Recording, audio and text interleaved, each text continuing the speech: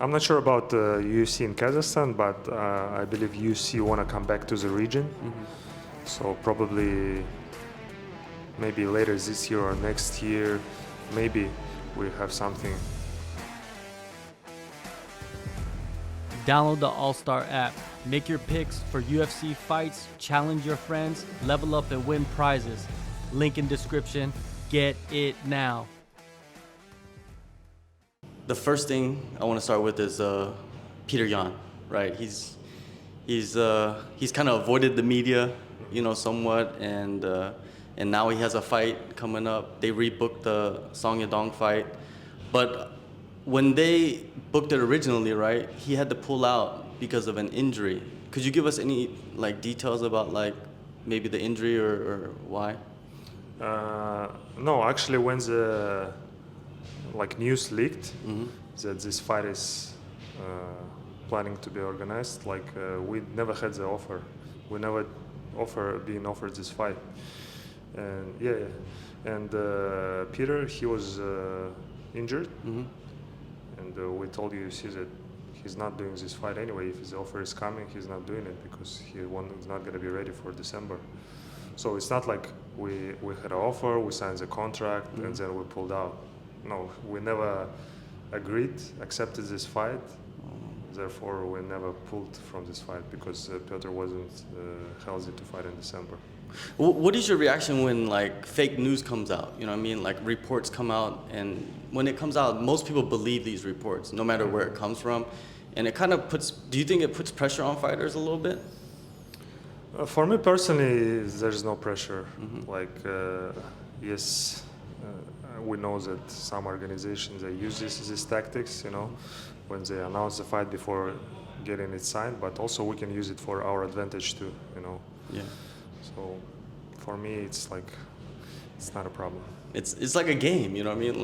Really, it's a game. It's strategy in many ways, right? Because maybe some fighters don't want the matchup. The other fighter wants the matchup. You throw that news out there, maybe it could pressure people into taking a fight, right? I mean, obviously, probably it works if they do it. So, but it doesn't have to obey by these rules, And with Peter, I mean, after that, maybe I don't even know how long after that, he was talking about that he needed to make changes, and with coaches, sparring, his surroundings, preparing for fights.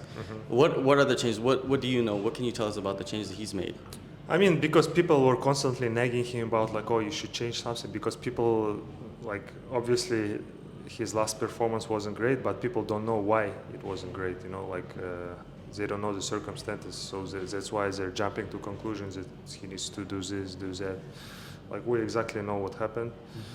And this time he's training again with coach Kairat Nurmagomedov, who was his head coach for fight with Corey Sanhagen.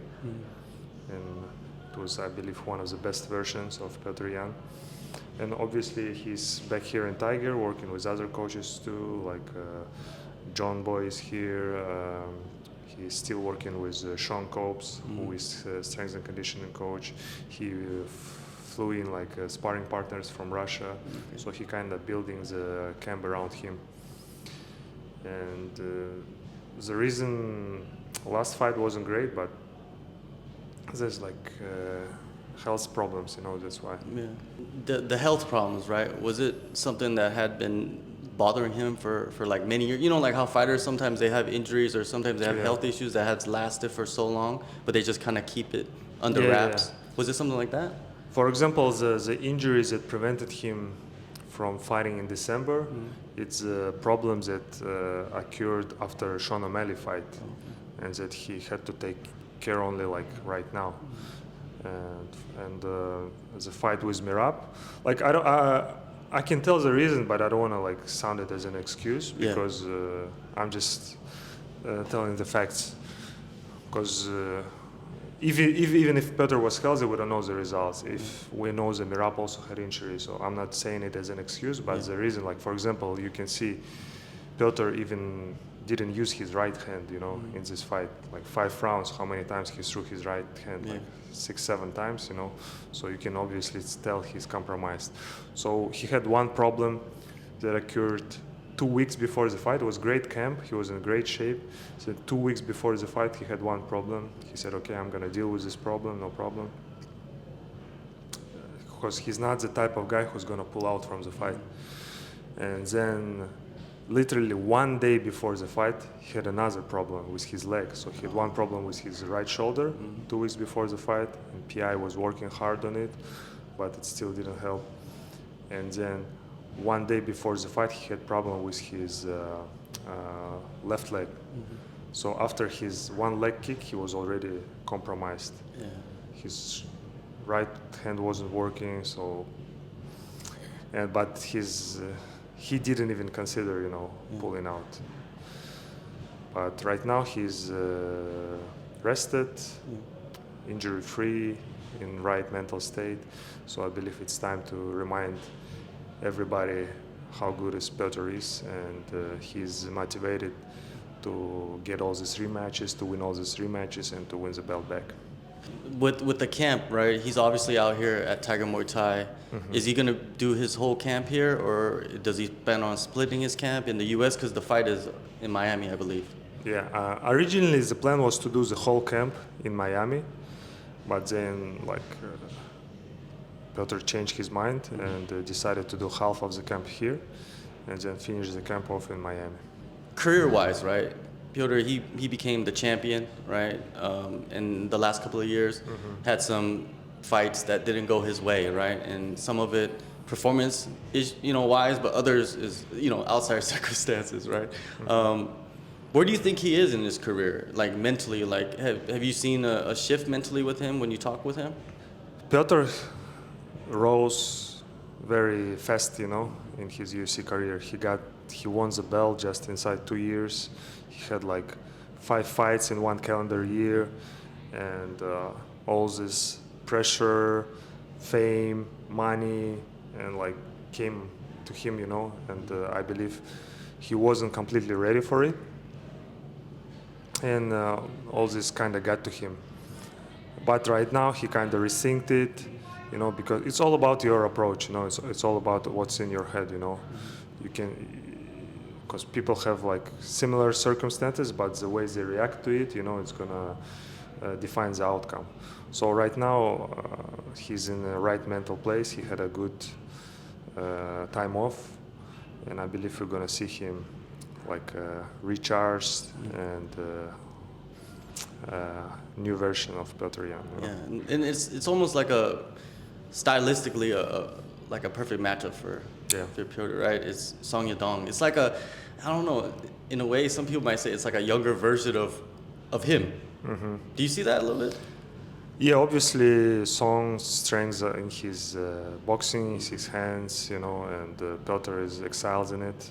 And whatever his Song is good at, I believe Petr is better. But Song being active, and Song is younger, so obviously we don't underestimate him. That's why, you know, Petr have to be in the best shape, in the best mental state for this fight to get the win. You know. Petr was in Dubai for a boxing match, and then he ended up in the ring with Conor McGregor. Did they plan that out, or was that just something that happened? Or like, what was? It was a plan of organizers, and we actually helped them to get in touch with McGregor's team.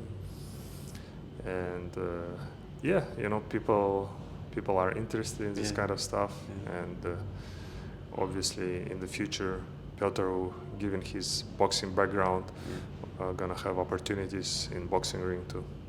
Yeah, it seems like everybody's thinking about boxing, right? Is that something that Petr has always been talking about with you since you're his manager? You know, I mean, you kind of guide the career a little bit. I mean, it kind of makes sense, you know, like he really had a long amateur career. He's a master of sports in boxing, and but to get a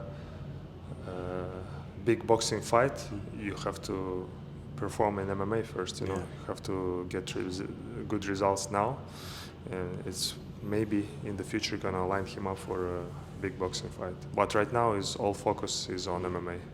Peter's a former champ, and he's fighting for a contender spot right now. You got another guy coming up, ranked number 4 in the lightweight division, Arman Tsarukyan. He just got booked with Charles Oliveira. Yeah. I thought that fight would never be put together. I mean, just looking at the top 5, I believe it was the most realistic fight to happen. You know, I don't believe like Justin in a position to take this fight. You know, Chandler is fighting Conor. Islam is gonna fight the winner of the Charles and Arman. So that, like, a lot of circumstances came together. This being a UFC 300 card, big card, obviously a lot of fighters want to be part of it. And by UFC saying this is a number 1 contender fight, like, there's no reason for Charles not to take it, you know. And Charles, he's a confident fighter. Yeah. He believes he's gonna beat Arman. That's why he didn't hesitate and accepted this challenge. And obviously, we also believe Arman is gonna be better than Charles. So we're gonna find out who's like. That's the best way to find out who deserving to fight for the belt next. You know.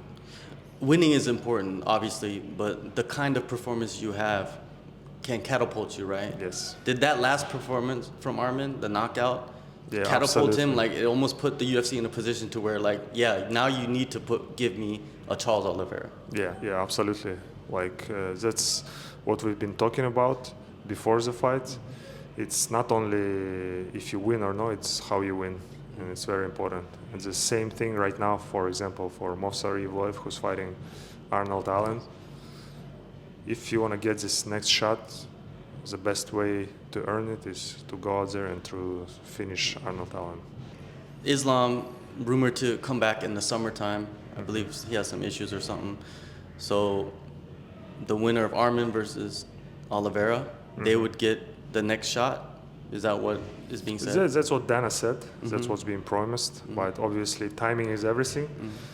And let's see. Let's see what's going to be outcome of this fight. Yes. It's not an easy fight, you know. And most importantly is to stay healthy after this fight. It's not ideal, you know, to have back-to-back camps, especially for the most important fight of your life.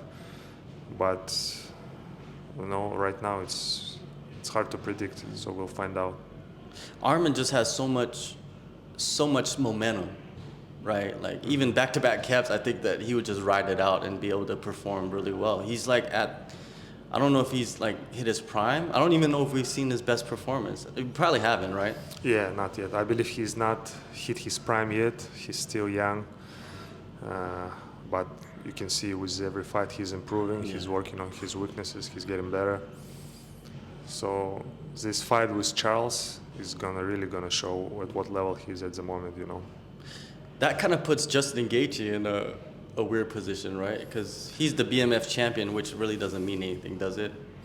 I mean, it is. It means something, you know. First of all, he get pay-per-view points by having this belt, and secondly, you know, this is still a title, still a title fight, and this is a fight that UFC can use as a pay-per-view headliner. So I believe UFC have something lined up for him. But yeah, and it's possible he could be next too. For Islam, we never know, because Arman and Charles fighting in April, and Islam's gonna want to defend in the summer, so we'll see. Yeah, you never know what happens in the fight, right? It could be a complete war where both guys just beat the hell out of each other and they can't come back, right? Like circumstances and options. But yeah, I'm excited to see that fight. That fight is like probably, it might be the best fight on UFC 300 right now, because the card is not filled out yet, right? Yeah, I mean, the expectations are very high for 300, you know, maybe even unrealistically high. But I mean, both like UFC 299 and 300, I believe it's a good lineup, you know, and it should deliver.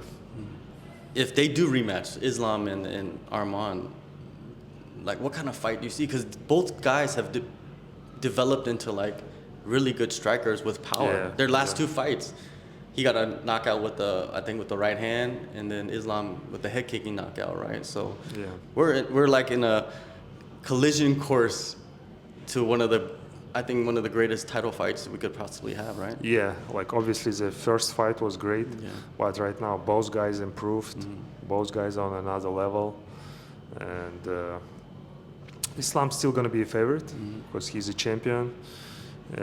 But if you look at it like on paper, the toughest test is gonna be Arman. You know, Islam already beat Charles once. You know, we've seen how Geji did against Khabib. You know, and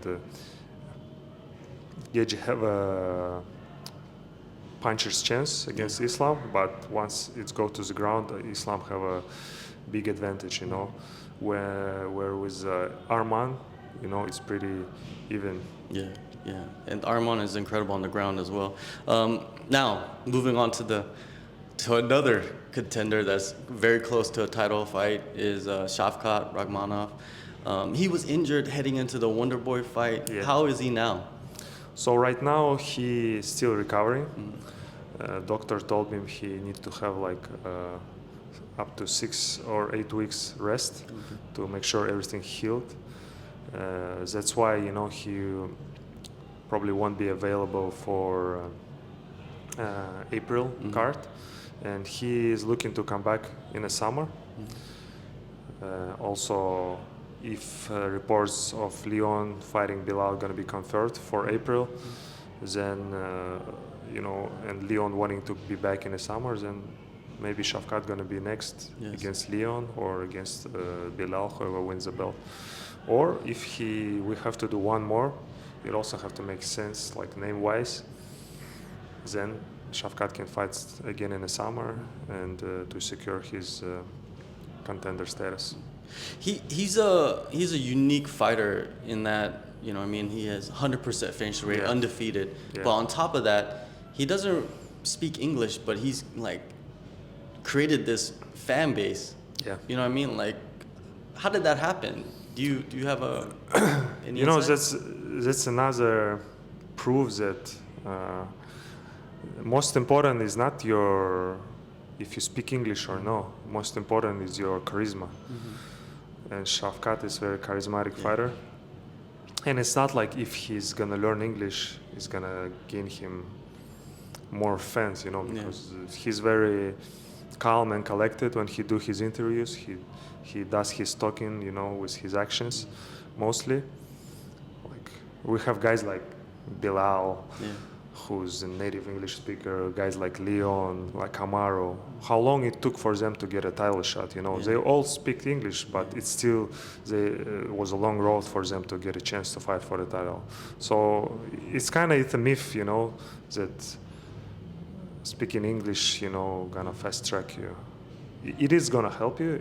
It is a bonus to speak English, not only like to the media or to the fans, you know. It's about creating relationship behind the scenes too, you know. It's not only about your manager talking to matchmakers to UFC stuff. It's also about you creating relationship with them, you know. It also helps. But most important, it's your performances in the octagon, your charisma, and Shavkat have it, you know. Yeah, he does. He has charisma. He has this like stoic aura around him, you know what I mean? Like, and you know, in a division full of like trash talkers and big mouths, like it's kind of good to have someone different, you know. And that I believe that's what fans want, you know. When you have guys like Colby, like Yan Gary, who run their mouths, and then you have someone completely opposite in Shavkat, you know. And I believe that's what's working for him, you know. Yeah, he's the polar opposite of like the Colbys and the Ian Garys, and he's just as popular maybe as them, and growing as well. UFC Kazakhstan. We talked about that years ago, right? It was scheduled Petr Yan versus Marlon Moraes, and then it was shut down because of COVID. Has there been any like steps to get that going again, or maybe? Yeah. I'm not sure about UFC in Kazakhstan, but I believe UFC want to come back to the region. So probably maybe later this year or next year, maybe we have something lined up for the region, you know. But it's been a while, and I believe, you know, it's a very also important market for the UFC with a big fan base and a lot of good talent, you know, and it's important for UFC to return to this region. And I'm talking about like Central Asia, you know, like countries like Kazakhstan, Uzbekistan, Tajikistan, also countries like Georgia, Azerbaijan, you know, all these countries, you know, have a lot of good talent and great passionate fan base, you know. Yeah. How big is Shavkat in Kazakhstan? Shavkat is like pretty much everyone knows Shavkat in Kazakhstan. You know, people who doesn't follow the sport, who doesn't know what UFC is, they know who Shavkat is. And with each fight, you know, his status is only growing. You know, and it also like can be a bit concerning for me because, you know, like we're not there yet. You know, in Kazakhstan he already reached superstar level. But our goal is to reach that level in USA, you know. So this kind of create kind of like deception, you know, for him. But he seems like a guy who really set his eyes on a goal, on a prize, and which is to win the UFC belt. So hopefully this is not gonna really distract him too much, you know. So has he had like kind of like a, you know, like kind of like a Conor McGregor impact, like how he impacted Ireland? Has he impacted Kazakhstan? I mean, MMA and UFC been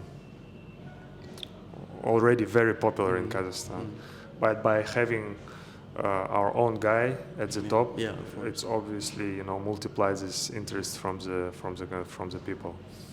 So the impact he's having, it's gonna be for years and years to come, because now little kids from the villages looking up to him, watching him, they're gonna become the future UFC fighters.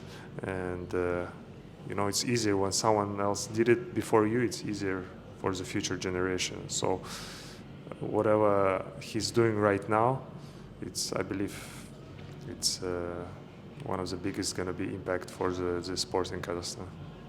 Another guy you got in the welterweight division who just entered the rankings is Rinat. Yeah. Fakhretdinov, is that how you say it? Yeah, Rinat Fakhretdinov. Okay, and you know, he's undefeated in the UFC. Just ended up getting a draw in Brazil. What's next for him? You know, I mean, there's so many options. Yeah, I mean, we wanted him on the Saudi card before Ramadan in March, but obviously now that fell apart. And him being a Muslim, he's gonna fast and will be ready to come back in June, in late June. So a lot of things can change in this division by that time. So we'll see what's available for him in June. He's another great talent. Cracked top 15. Had a really entertaining last fight. So I believe he deserves someone good, you know, for his next opposition. Yeah, he blew on the scene, and when he took apart Kevin Lee, everybody's like, "What the? You know, who is this guy?" So, big things from him eventually. You know, I mean, he's just getting better and better. And Rafael Fiziev, he hurt his knee in his last fight. Yeah. The same knee that he injured a few years ago. How did the surgery go? You know, how is he? Yeah, so the surgery went really well. We found the best surgeon we could in Thailand, and right now he's doing his rehab. And he did the first phase of his rehab in Bangkok. Now he's continued his rehabilitation, and in upcoming months he's also gonna go to USA to continue his rehabilitation. And we're not taking any risks. We're making sure he's gonna be back healthy and 100%. That's why we're not gonna rush his comeback. But I believe like a realistic timeline for his return is gonna be like end of summer, beginning of the fall. But we'll see. We're gonna take it easy. You know, Rafa is still a big name, still a top 10 in UFC, and I believe when he's come back, is gonna be some big name for for his fight. Yeah. Yeah, especially like you said, end of summer, beginning of fall. By that time, the division will have shaken up a lot in that top 10 to where, yeah, there will be some crazy matchups. I mean, if Rafa would be healthy right now, he was probably fighting like Dustin Poirier, you know, not Benoit Saint-Denis fighting Dustin Poirier. Rafa is higher ranked, you know, stylistically it's a very fun matchup. So I believe when Rafa will be healthy, you know, there's a lot of fan matchups for him. Yeah. What do you think about the Bellator PFL merger? You have a few fighters. Do you have a few fighters in Bellator? Me personally, no. Like Ruby does have. Yes. I guess it's early to judge. We'll find out. Respect to PFL for keeping all the fighters on the roster, but how it's gonna be play out, how they're gonna manage this roster, we'll yet to see. Hopefully, guys will stay busy and like free agent market not gonna be like shooked up, you know, by releases. So we'll see. We'll see what's gonna happen. How important is the free agent market for fighters now? Because you know the last few years, it probably was the best it has ever been. You know, with the money and with the amount of promotions and the level of fighters. Is it good? At the moment, like obviously, if you're a big name, you know, you got a lot of options. But for the guys who still like building up, it's hard because there's not enough promotion for amount of fighters that are on free agency market. So that's why for us as a manager, it's always like it's always hard, you know, to get them good opportunities, you know. But as a big name, right now fighters have options. But you see with Bellator being bought by PFL, you know, options are lesser and lesser, you know, which is not very good for the industry. Sayat, thank you, man, for taking the time. I know you're a busy man out here and always traveling and stuff, but appreciate you and all the best to all your fighters, man. You've created an incredible roster. Yes, thank you. We have a big year ahead, a lot of big fights, and hopefully also new names, new prospects gonna rise. So, yeah, very, very hopeful for this year. Yeah.